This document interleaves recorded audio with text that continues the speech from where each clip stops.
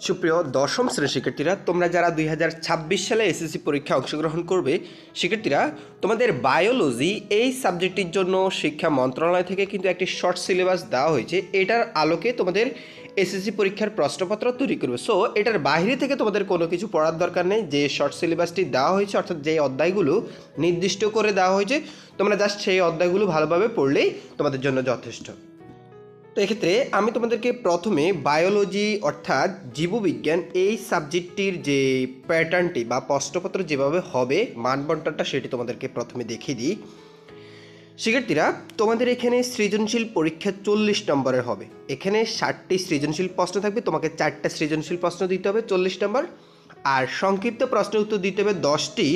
তো এক্ষেত্রে তোমাকে 10টি সংক্ষিপ্ত প্রশ্ন অ্যান্সার করতে হবে, একটাতে 2 করে কত 20 নাম্বারের জন্য, ঠিক আছে। তো এখানে দেখো সংক্ষিপ্ত প্রশ্নের জন্য 10 নাম্বার থাকবে, তবে এখানে 60টা সংক্ষিপ্ত প্রশ্ন থাকবে, তোমাকে 5টা সংক্ষিপ্ত প্রশ্ন দিতে হবে। তো এক্ষেত্রে এটা হচ্ছে 10 নাম্বার, 40 আর 10 কত হলো 50, আর বাকি বহু নির্বাচনী থাকবে তোমাদের 25, টোটাল হলো 75।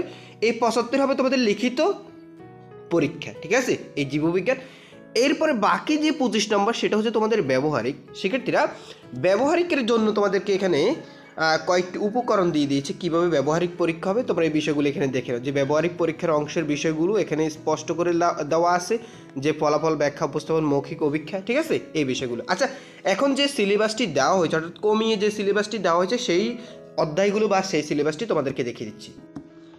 এই যে এখানে দেখতে পাচ্ছ তোমরা, এখানে তোমাদের প্রথম অধ্যায় জীবন পাঠ, এখান থেকে এই অধ্যায়টা পড়বা, এই অধ্যায় আসবে। এরপর দ্বিতীয় অধ্যায় থেকে প্রশ্ন করা হবে জীবকোষ ও টিস্যু, এই অধ্যায়টি পড়বা। এরপরে তোমাদের এখানে তৃতীয় অধ্যায় হচ্ছে কোষ বিভাজন। এরপরে দেখো চতুর্থ অধ্যায় হচ্ছে জীবনী শক্তি। এরপরে রয়েছে পঞ্চম অধ্যায় নেই।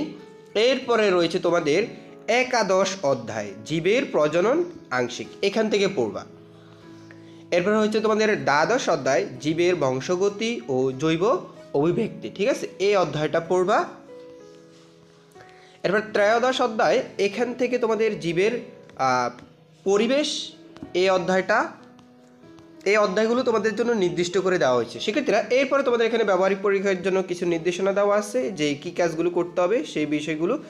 সেক্ষেত্রে তোমাদের এইভাবে প্রত্যেকটি বিষয়ের শর্ট সাজেশন অর্থাৎ শর্ট সিলেবাসটি যেটি বোর্ড থেকে দেওয়া হয়েছে সেটি আমাদের এই চ্যানেলে দেওয়া আছে, প্রথম কমেন্টে অথবা ডিসক্রিপশনে দেওয়া থাকবে সেটার লিঙ্ক, তোমরা সেখান থেকে সেই সাবজেক্টগুলোর শর্ট সিলেবাসটি দেখে নিতে পারবে। শিক্ষার্থীরা, তোমরা সবাই ভালো থাকবে, সুস্থ থাকবে, ধন্যবাদ সবাইকে।